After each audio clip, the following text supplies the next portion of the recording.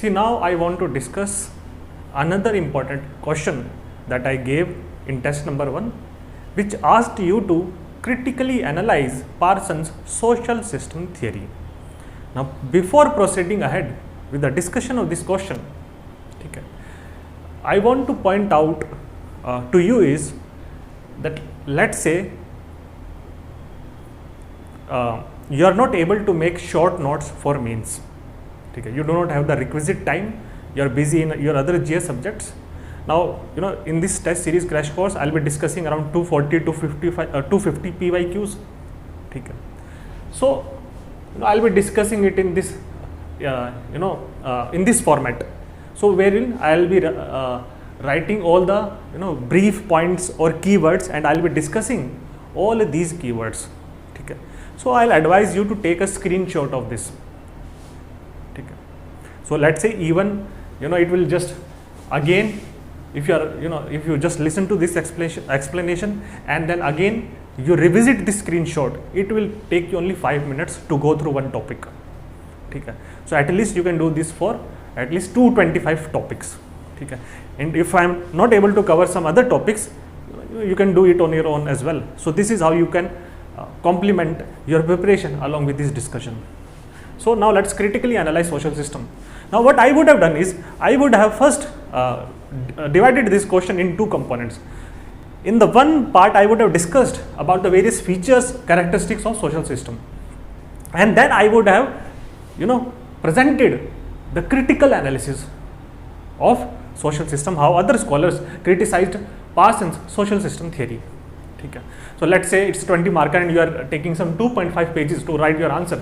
1.25 or 1.5 page, 1.25 to 1.5 page you can do what for mentioning the features or characteristics of social system, and the rest half 1.25 or 1 page you can do what to bring in the critical analysis. Okay. That is the opposite point of view pertaining to social system.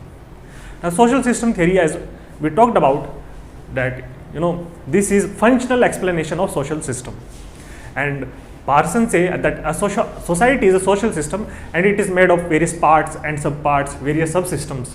Now, all of these subsystems, they perform a range of functions. Okay. All of these subsystems, they are functionally indispensable to the society. Okay. So, they perform a range of functions and thereby they meet various functional prerequisites. These functional prerequisites are absolutely essential for the society, for its maintenance, for its growth, and for its societal needs, maintenance, growth, and its survival. Then, what are these 4 functional prerequisites that are performed by these parts, subparts, institutions of society, and subsystems? So, the 4 basic functional prerequisites is, it is explained through the Agile framework. One is adaptation. One of the important function is adaptation. That is, a system has to adapt to the environment, and it has also to adapt the environment to its needs. So, it is not just adapting to the environment, it is also transforming the environment in order to satisfy its own needs. And this function is basically performed by what? It is basically performed by economy, institutions, or organismic system. That is, this function basically focuses on what? Extraction of resources, raw material from the nature. Okay. And then technology is used in order to transform this raw material into finished goods in order to satisfy various man's needs. Okay. So, extraction of resources from the nature, this is nature, in order to satisfy various humans' needs, performed by economy, institution of economy, or organismic systems. So, here in adaptation, the system is in constant touch with the environment and is deriving input, energy, resources, material, sustenance from the environment. So, that is adaptation. Second is goal attainment. Okay. So, it basically deals with what? Setting up of goals and channelization of resources to meet these goals. And this is basic function is performed by personality subsystem and polity as an institution. So, let us say Niti Aayog, or earlier we used to make these 5-year plans, and now Planning Commission is replaced by Niti Aayog, which is engaged in bringing various vision documents. Okay. So, this is what planning, setting up of goals, and then the government passes a budget in order to attain these goals. So, this is what channelization of resources, this is setting up of goals. Then another important function is integration. ठीक है. That is, there should be smooth relations between different parts or institutions of society or social system. Different parts or subsystems of the social system, there should be smooth, relations between them. There should be no conflict between them. There should be consensus between them. So it basically, integration function, it talks about what? Settlement of disputes and resolution of conflicts between, let's say, different institutions in society, between individuals in society, between various subsystems and subparts. So this function is performed by law. Law is engaged in what? Resolution of conflict, settlement of disputes. Law provides standard framework through which different institutions should be interacting with each other. So this is another point. And third is latency, which is basically pattern management. So it talks about transmission of culture, values, norms, customs and tradition. Okay. That is, pattern should be maintained. The cultural values and norms should be transmitted across generations. So that is how cultural patterns are maintained and they are transmitted across generations. And it also talks about what? Socialization of an individual. So this function is basically carried out by what? Institutions of family, religion, education, and this is basically the task of cultural subsystem. Okay. Another important feature is, we talked about all these parts and subparts or subsystems, they are closely interconnected, they are closely integrated. Okay. So they are interconnected. All these parts are interrelated and these are thoroughly integrated to form a what? Societal whole, to form a what? Social system. Okay. Integration, that is, there is integration between them. All of these parts or subsystems, they are working in unison, synergy, consensus. There is consensus between them, there is coordination between them, and there is cooperation between them. And you will say these parts are working in sync, harmony, integration, solidarity, consensus, symphony, synergy, coordination, so as to maintain the social whole, so as to ensure the maintenance, growth and survival of the social system as a whole. And we can say that the functional utility of this whole is greater than the functional utility of the sum of its parts. Okay. So one thing I forgot, which that social system here is using biological analogy, okay, or organic analogy. Then see, I am not going into the explanation of these points. I hope you know about the explanation. Okay. Then a social system is always in a state of what? Dynamic or moving equilibrium. Okay. So that is, a social system is what? Continuously adapting and adjusting to its to the environment. So it means the social system is always in a state of dynamic or moving equilibrium with its environment. It is continuous adjustment and adaptation is there. Therefore, social change and social order coexist. Thus, social system is always in a state of what? Equilibrium with its environment. But this equilibrium is not static. Okay. Rather, this is a moving equilibrium. The society constantly changes. But this change is, slow, incremental, gradual. Society is moving from one stage of equilibrium 1 to equilibrium 2 to equilibrium 3. Okay. But this change is not abrupt. This change does not rupture social order. It does not lead to new social order. Okay. It does not bring in an alternative social structure. Rather, only that much amount of social change is accommodated by the system which it can handle. Okay. A social system is in contact with its environment. So from here it is demanding what input, energy. Okay. So, and also disturbances are also coming within the social system from the external environment as well. So it will only be accommodating those disturbances which it can handle. So this social system will be continuously adjusting to its environment. It will be continuously adapting. So there is what? Cybernetic control. Okay. So therefore social change and social order coexist, and this social change is slow, continuous, gradual and incremental social change. It does not disrupt social order. Also, it is not a static equilibrium. It is not, this is axis, not a static equilibrium. Then value consensus. Value consensus, it pervades, right? It characterizes the social system and its different components. So it is pervading through the entire social system. So all the subsystems, sub-parts and the individuals or actors forming the part of the social system, all of these are guided by common values, shared values. So they have a what? Common vision. So this is what ensuring that the energy of social system, resources of social systems are channelized in one particular direction. There is a consensus between the individuals and subsystems, and they are all moving or propelling the social system in one particular direction. So characterizes the social system and its components, that is well consensus, it pervades through the entire social system, and not just actors but subsystems as well. So all these actors, these subsystems, they are doing what? They are working for the realization of these values. They are working for the fulfillment of these values. They are working for the attainment of the societal goals. Let me give you an example. All the subsystems or individuals who are part of the American society or American social system, okay, all of these are working in sync, and all of these have a common alignment. All of these are working for the fulfillment of American values of capitalism, democracy, individualism, consumerism. So all of the energy of the actors as well as the subsystems is geared towards the attainment of these societal goals, towards the fulfillment of these societal values and realization of these values. So working for the attainment of societal goals and fulfillment of its values. Now then, this is what Parsons talks about. But the question is asking you to make critical assessment. In critical assessment, you have to write about Parsons and then you have to critically analyze his works.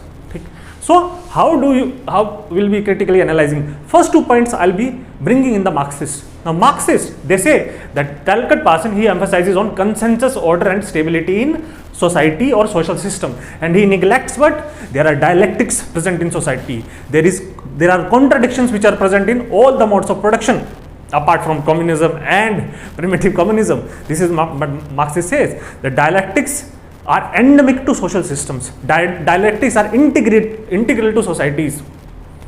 Okay. So it neglects dialectics, contradicts or contradictions or conflict present in society or social system, and these dialectics are endemic to social system. Second point that Marxists talk about is that Parsons only talk about what? Change in structure rather than change of structure. He is focusing on what? That the change is slow, gradual and incremental. He is emphasizing not social order. He is not talking about rupture of social order. He is not talking about complete change of social structure. Rather, he is only talking about modifications in social structure rather than complete change of structure. He is emphasizing on social order rather than talking about or emphasizing on what? Large scale social change. His social change is what? Slow, incremental, gradual and continuous. Okay. So Marx called this theory as what? Status quoist. Okay. It is a status quoist theory, and this status quoist theory is basically what? Justifies the interest of the ruling class. Again, it's a conservative approach. It does not explain large scale revolutionary changes taking place in various societies. Okay.